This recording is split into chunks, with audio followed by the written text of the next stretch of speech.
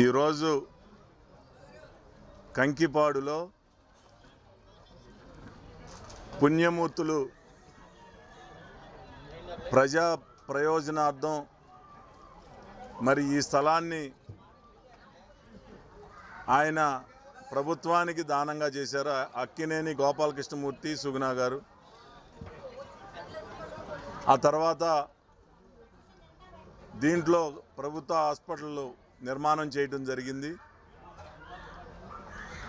అప్పుడు నిర్మాణం చేసినప్పుడు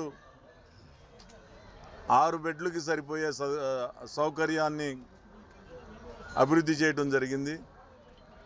తిరిగి ఇప్పుడు 5,75,00,000 అంటే భవన నిర్మాణంతో పాటు పేషెంట్లకు కావాల్సిన ఇన్ఫ్రాస్ట్రక్చర్స్ అంటే డాక్టర్లకు కానీ పేషెంట్లకు కావాల్సిన ఇన్ఫ్రాస్ట్రక్చర్ మొత్తం కలిపి 5,75,00,000 రూపాయలు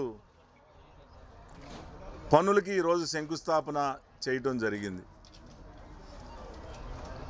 ఈ ఒక్క సంవత్సరన్నర కాలంలోనే